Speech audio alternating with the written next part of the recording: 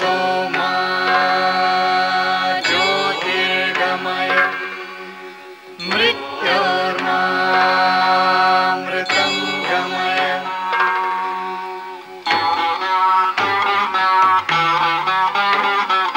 सर्वेऽपि सुखिनः सन्तु सर्वे सन्तु निरामया सर्वे भद्राणि पश्यन्तु मा कश्चित् दुःखभाग् भवेत्।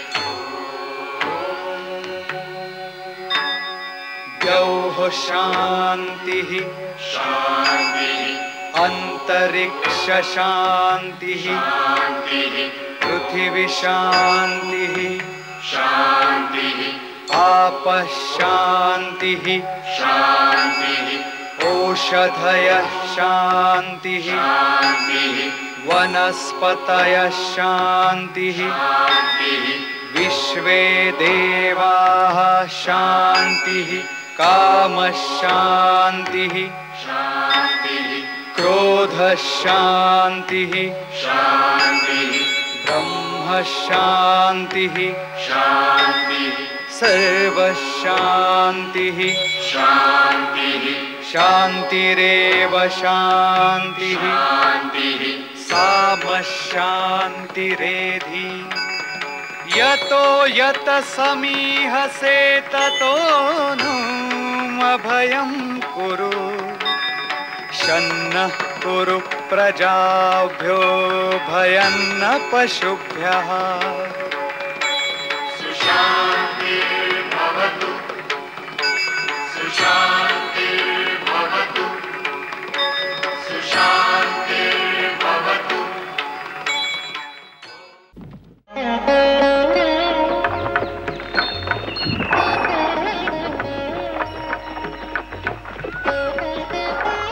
फिलिपस की हत्या के पश्चात यवन सेना में सेवारत भारतीय भृतक योद्धाओं के एक बड़े वर्ग ने यवन सेना से सेवा मुक्त होने का निश्चय किया और स्कंधावर में उपस्थित यवन सेना नायकों ने संघर्ष को टालने के डर से उन्हें जाने की आज्ञा भी दे दी। यवन सिपाही नित्य होने वाली घटनाओं से भयभीत थे तो सेवा मुक्त हो लौट रहे भृतक योद्धा अपने भविष्य के प्रति आशंकित। स्वतंत्रता के लिए लड़ रहे निहत्थे व निर्दोष नागरिकों की हत्या करने के कारण उनका मन भी व्यथित हो उठा था। खिन्न व उदास मन से लौट रहे भृतक योद्धाओं को मार्ग की तलाश थी।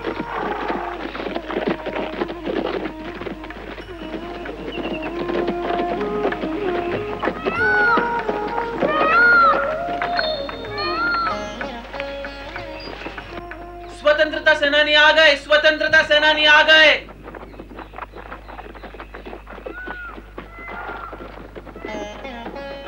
जल पीजिए और पात्र मुझे वापस दीजिए। लीजिए ना।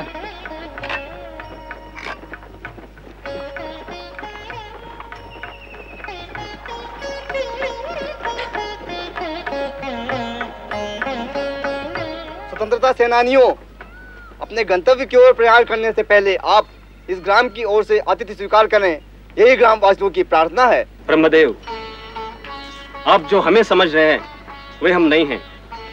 हम यवन स्कंधावर से लौट रहे भृतक योद्धा है। भृतक हैं पर भारतीय तो हैं। आपके आतिथ्य के लिए यह योग्यता भी पर्याप्त है। पर ब्रह्मदेव, हम ये आतिथ्य कैसे स्वीकार करें? इस धरा के पुत्रों का ध्येय भिन्न हो सकता है, पर यह धरा अपने पुत्रों का पालन तो भेद रहित भाव से ही करती है। आप भी हमारे बांधव हैं, फिर यह संकोच क्यों? क्या आप हमारे अतिथि नहीं हैं? अपने साथियों को विश्राम के लिए आज्ञा दीजिए। साथियों, कुछ देर यहाँ विश्राम करने के बाद हम आगे बढ़ेंगे।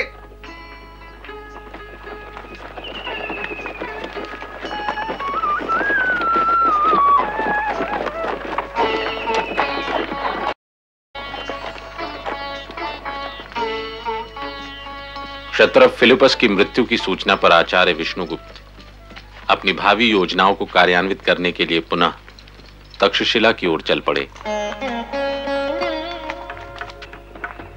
मार्ग में पड़ने वाले खेतों में काम कर रहे किसानों व गांवों के नागरिकों ने यवन स्कंधावर से लौट रहे भृतक योद्धाओं का स्वतंत्रता सेनानी समझकर स्वागत किया।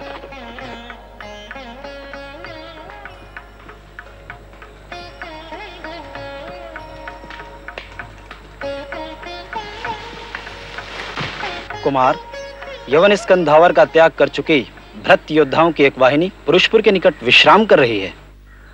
क्या उन्होंने स्वतंत्रता सेनानियों से संपर्क स्थापित करने का कोई प्रयत्न किया? अभी तक तो नहीं। क्या संभावना है कीर्तिध्वज? योद्धाओं का दुविधाग्रस्त मन अभी किसी निश्चय की अवस्था में नहीं पहुंचा है कुमार। ठीक है, मैं सेनापति को सूचित करता हूं। तुम अपने गुप्तचरों को भ्रतक योद्धाओं की गतिविधियों पर दृष्टि रखने को कहो, और जैसे ही वो सेनापति से मिलने की इच्छा व्यक्त करें, उन्हें तत्काल सेनापति के समक्ष उपस्थित किया जाए। जो आज्ञा कुमार।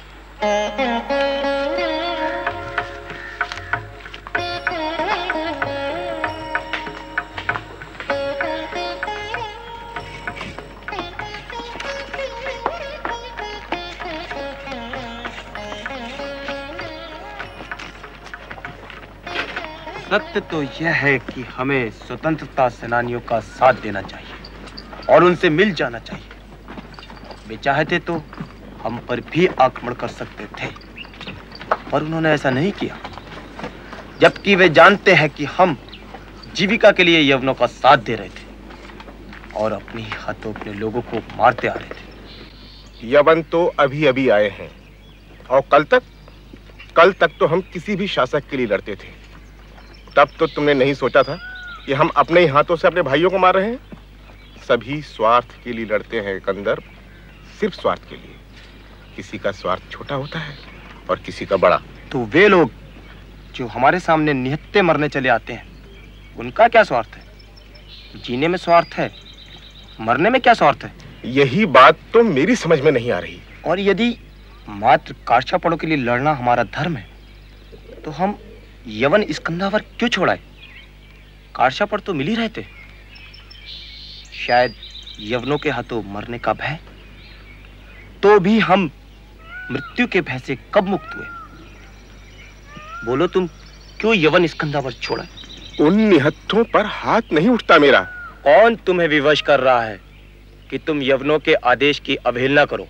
पता नहीं क्यों मुझे ऐसा लग रहा है कि मेरे घर में कोई मुझे मेरी इच्छा के विरुद्ध आदेश दे रहा है। अपने घर के प्रति तुम्हें स्वामित्व का भाव है, और इस धरती के प्रति? तो तुम्हारे कहने का तात्पर्य यह है कि इस धरती का स्वामी मैं हूं?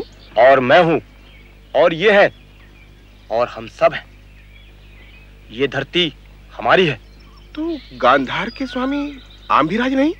जैसे तुम अपने कुटुंब के प्रमुख हो, वैसे वह हम सबके कुटुंब का प्रमुख है। जैसे तुम अपने कुटुंब की व्यवस्था करते हो, वैसे वह हम सबके कुटुंबों की व्यवस्था करता है, और हमारी व्यवस्था करने का अधिकार हम उसे देते हैं। हम उसके दास नहीं हैं। तुम्हें यह सब कौन सिखा रहा है? जहां पर हमने विश्राम किया था, वहां छात्रों ने मुझसे यही प्रश्न किए थे। यदि ये धरती मेरी है, तो इस पर यवनों का अधिकार कैसे हो सकता है? यही मैं तुमसे पूछ रहा हूँ कि यदि मैं तुम्हारे घर पर आक्रमण करूं, तुम्हारे घर की व्यवस्था को नष्ट कर दूं, तुम्हारे कुल की परंपराओं को तोड़ूं, तुम्हारे देवी देवताओं का अपमान करूं, तुम्हारी भूमि छीन लूं, तुम्हारे खेत छीन लूं, तुम्हारे प्रियजनों के घर उजाड़ दूं, तो तुम क्या करोगे? तो मैं तुम्हें उजाड़ दूंगा। यवन यहाँ क्या कर रहे हैं? कंदर्प, सिर्फ एक बात मेरी समझ में आ रही है कि मेरी भूमि पर मेरे सामर्थ्य का वे अपने स्वार्थ के लिए उपयोग करते हैं, और तिस पर भी ये भूमि मेरी नहीं है, और मैं उनकी दया पर जीने मरने वाला दास। ये कैसे हो सकता है? और तुम्हारी और मेरी शक्ति से समृद्धि होगी यवनों की, यवन देश की। इस धरती की संपदा का उपभोग करेंगे यवन, क्योंकि वे इस धरती के आक्रांता हैं, और हम दास, और दासों के साथ दासों सा ही व्यवहार होता है। अपने ही घर में तुम्हारा और मेरा कोई अधिकार नहीं। दया पर जिएंगे हम यवनों की। कंदर्प, चाहे जो स्वार्थ हो इन स्वतंत्रता सेनानियों का, पर वह स्वार्थ हमारे स्वार्थ से हटकर है, ऊंचा है। कारछापड़ों के लिए ही सही, हम साथ देंगे तो स्वतंत्रता सेनानियों का, यवनों का नहीं। मरेंगे तो अपनी धरती के लिए, यवनों के लिए नहीं। तो मैं स्वतंत्रता सेनानियों के सेनापति से मिलने का प्रयास करूं? मैं भी तुम्हारे साथ आऊंगा, पर वो मिलेंगे कहाँ? गांव में चलकर देखते हैं। गांव के प्रतिष्ठित आचार्य से पूछेंगे, वरना चौक में खड़े होकर चीखेंगे। किसी न किसी प्रकार उनका अवश्य पता चल जाएगा। चलो।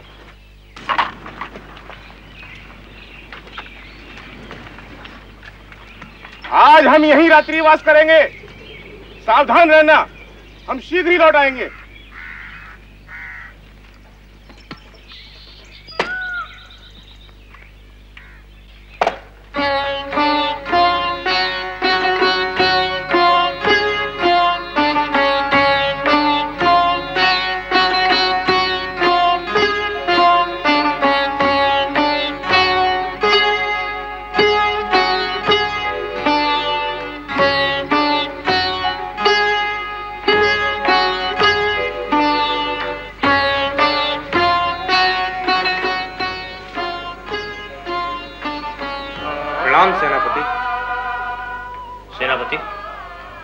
यवन स्कंधावर से लौटे मृतक योद्धा हमारी सहायता करने को तत्पर है।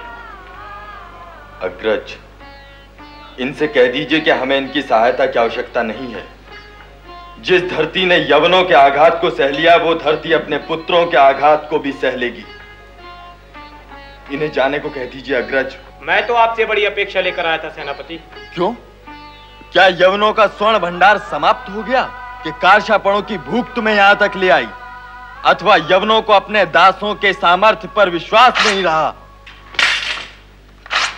खड़क उठाओ सेनापति, तुम्हें तुम्हारे प्रश्न का उत्तर मिल जाएगा।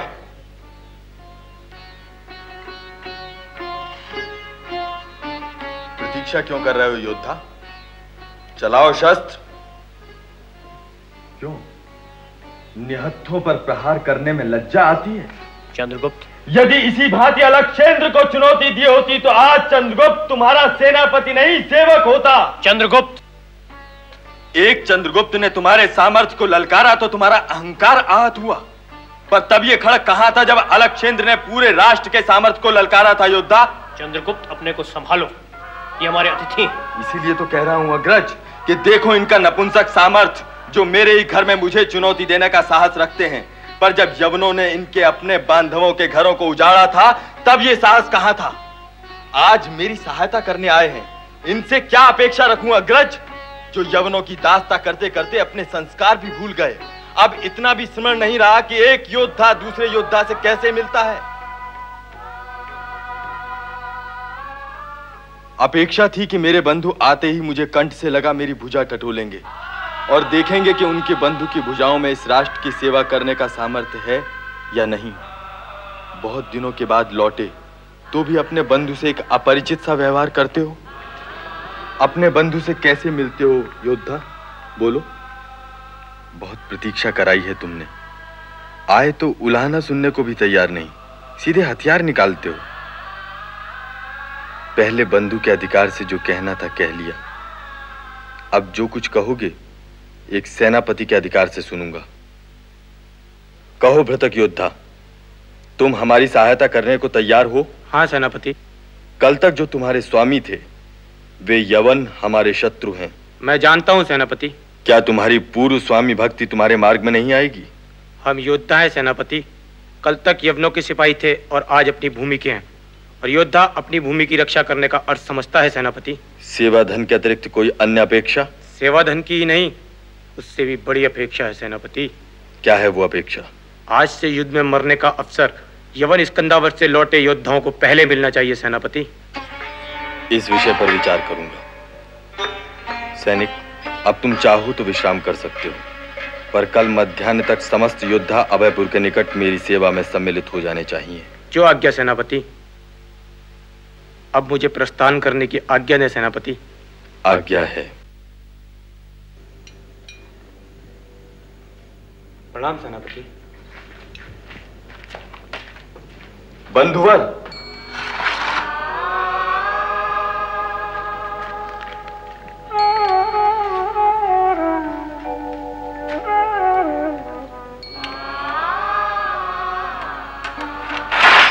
आपका सदैव ऋणी रहूंगा। प्रणाम।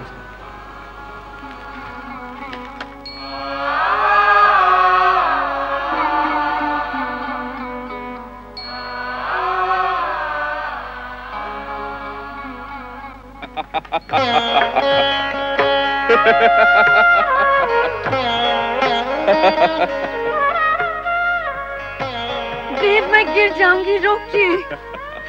मैं सच कहती हूँ स्वामी, मैं गिर पड़ूंगी। दासी रोको। रोकना मत दासी। मुझे डर लग रहा है। अरे पर्वतेश्वर की पुत्री में इतना भी साहस नहीं। दासी और जोर से। दासी को रोकने की आज्ञा दीजिए, अंततः मैं अभी आपके आग्रह का मान नहीं करूंगी। वैसे भी स्त्री के सौंदर्य के आगे पुरुष का मान कहाँ टिकता है देवी कल्याणी। और फिर तुम्हारे हाथों मेरे आग्रह की अवहेलना भी सुंदर ही होगी, तो फिर मैं चिंता क्यों करूं? मैं प्रार्थना करती हूँ स्वामी। यदि तुम्हारी प्रार्थना स्वीकार भी करूं तो आंभीराज को हानि ही होगी देवी, और आंभीराज इस निकटता को खोना नहीं चाहते।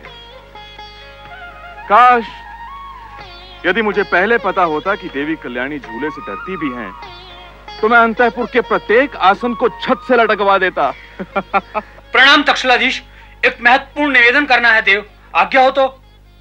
कहो। राजप्रसाद से एक सेवक सूचना लाया है कि यवन स्कंधावार से एक दूत आपके लिए अत्यंत आवश्यक व गोपनीय सूचना लेकर आया है देव। दासी,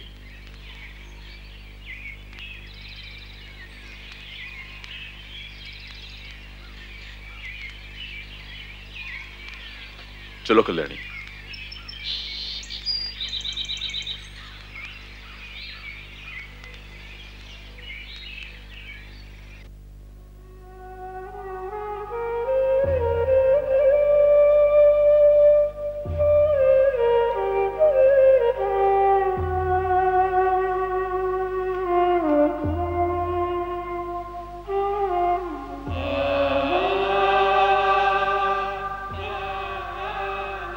तुम जाकर विश्राम करो, मैं आगे की व्यवस्था करता हूं। जो आज्ञा तक्षशिलाधीश।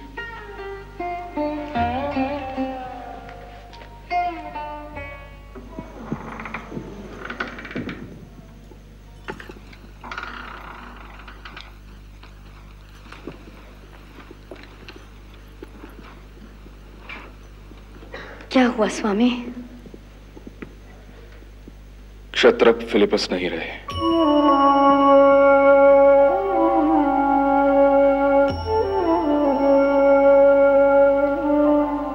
विश्वास नहीं हो रहा है केकराज। विश्वास तो मुझे भी नहीं हो रहा इंद्रदत्त। पर यह पत्र, क्षत्रप से इतनी जल्दी मुक्ति मिल जाएगी, इस पर सहसा विश्वास नहीं हो रहा ना इंद्रदत्त। पर मन तो चाहता है यही सत्य। तो अब क्या आज्ञा है केकराज? मैं यही नहीं समझ पा रहा हूं इंद्रदत्त कि क्षत्रप फिलिपस की मृत्यु के पश्चात यवन सैनिकों की रक्षा का उत्तरदायित्व तो हमारे कंधों पर आ पड़ा है।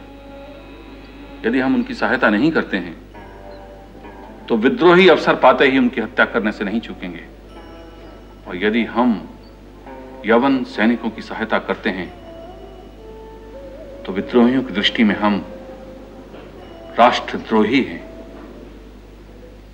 केकराज, क्या आप भी यवन सत्ता को चुनौती देने वालों को विद्रोही मानते हैं? मेरी समस्याओं को और मत उलझाओ इंद्रदत्त, क्योंकि तुम्हारे इस प्रश्न का उत्तर अनेक प्रश्नों को जन्म देगा जिन्हें संभवतः मैं सुलझा नहीं पाऊंगा। मुझे उत्तर मिल गया है केकराज।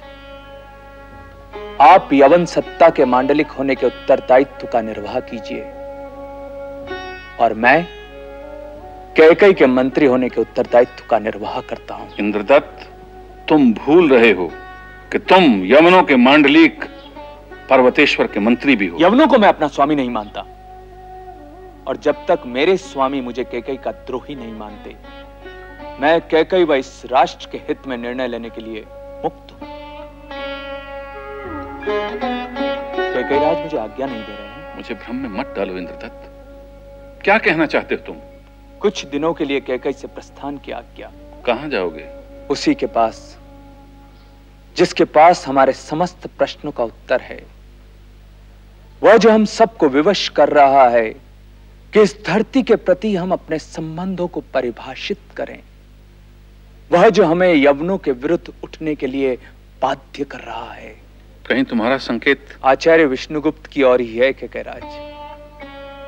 यह आग उसी की लगाई हुई है। अब उसने हमारे लिए दो ही मार्ग छोड़े हैं, या तो हमें इस यज्ञ का एक यजमान बनना पड़ेगा, या इस यज्ञ की एक आहुति।